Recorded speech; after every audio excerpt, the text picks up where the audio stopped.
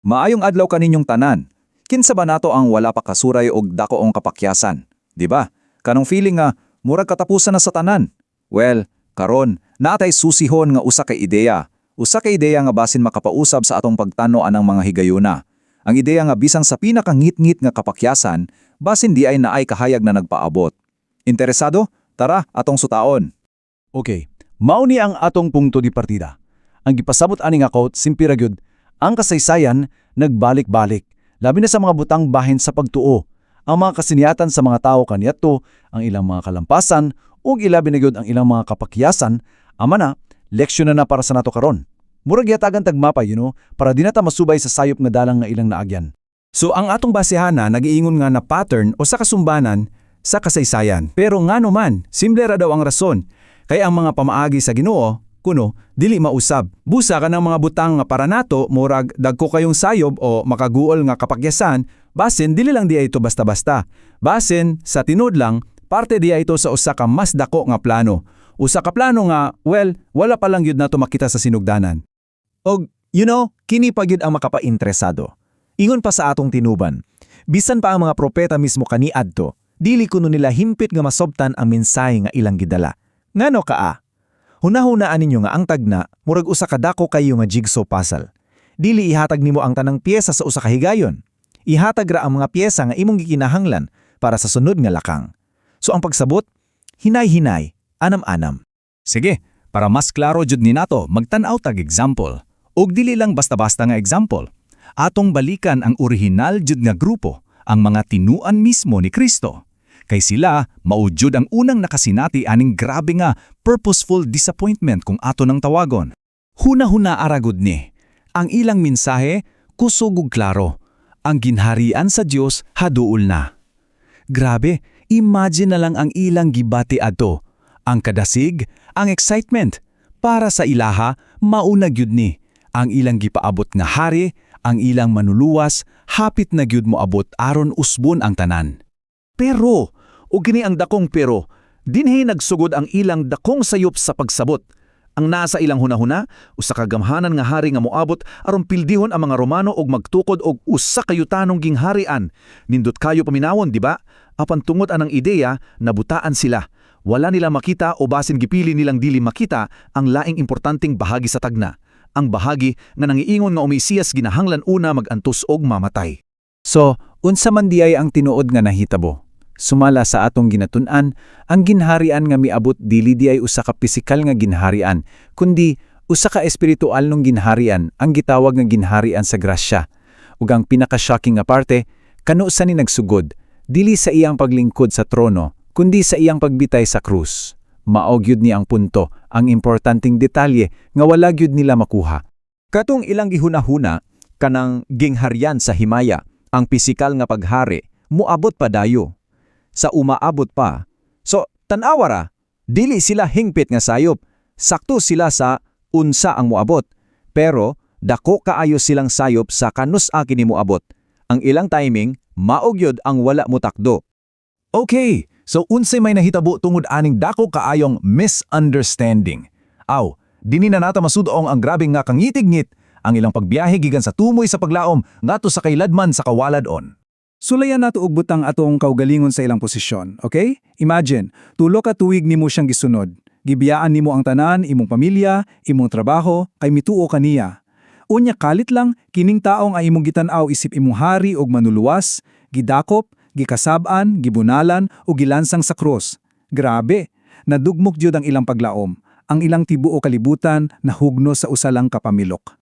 Pero, aniya ang nindot kaayo nga plot twist. Sumala sa atong gitun-an, kanang ilang gituuhan niya pinakadakong kapakyasan, ang krus, mao man diay ang ilang pinakadakong kadaugan. Kato mismo nga hitabo ang nagtukod sa gingharian sa grasya. Kato mismo nga trahedya ang nagdulid sa ilang mga sayop og sa katapusan, naghatag kanilag pagtuo nga mas lion, mas sigurado kaysa kanindot. So ang pangutana karon, usara ba ni kahigayo na hitabo o kabahin ba ni sa usa ka pattern nga nagbalik-balik sa kasaysayan? Well, sumala sa atong tinugdan, wala pa mahuman ang istorya, kay naay laing grupo sa laing panahon nga nakaagi o parihas jud nga kasinayaan. Okay, karon mag-fast forward ta. Mulukso ta sa panahon mga 1,800 katuig sa unahan.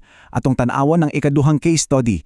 Usa ka kasinayan nga gitawag sa atong tinubdan nga katugbang kun parallel sa nahitabo sa mga tinun-naan kaniidto. Kini mao ang kasinatian ni William Miller og sa iyang mga kakauban. Og nganong giingon nga parehas sila? Tungod kay ang duha ka grupo, ang mga tinutuan o kining mga Millerites nagbase sa iyong mensahe sa paminaw-muani, parehas nga tagna gamit sa libro ni Daniel, mao na ang connection. Ug dini na pud nato makita, morag deja vu, di ba? Ang ilang gipaabot ang paghinlo sa kalibutan pinaagi sa kalayo, sa ikaduhang pag-ani. Ang tinuod nga nahitabo sumala sa interpretasyon sa teksto, usa ka buhat sa paghukom didto sa langit.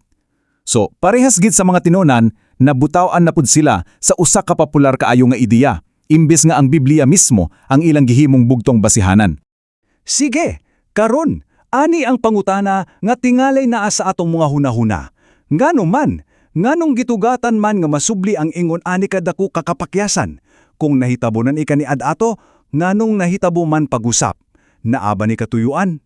Tara, atong paminawon ang giingon sa atong tinubdan. Mauni ang tubag.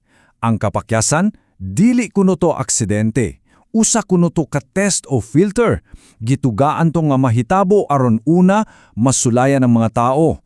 Ikaduha, aron makita jud kung unsa ang naa sa ilang mga kasingsing. O ikatulo, para maputli ang simbahan, aron katulang yun tinuod nga mga magtutuo ang mahibilin.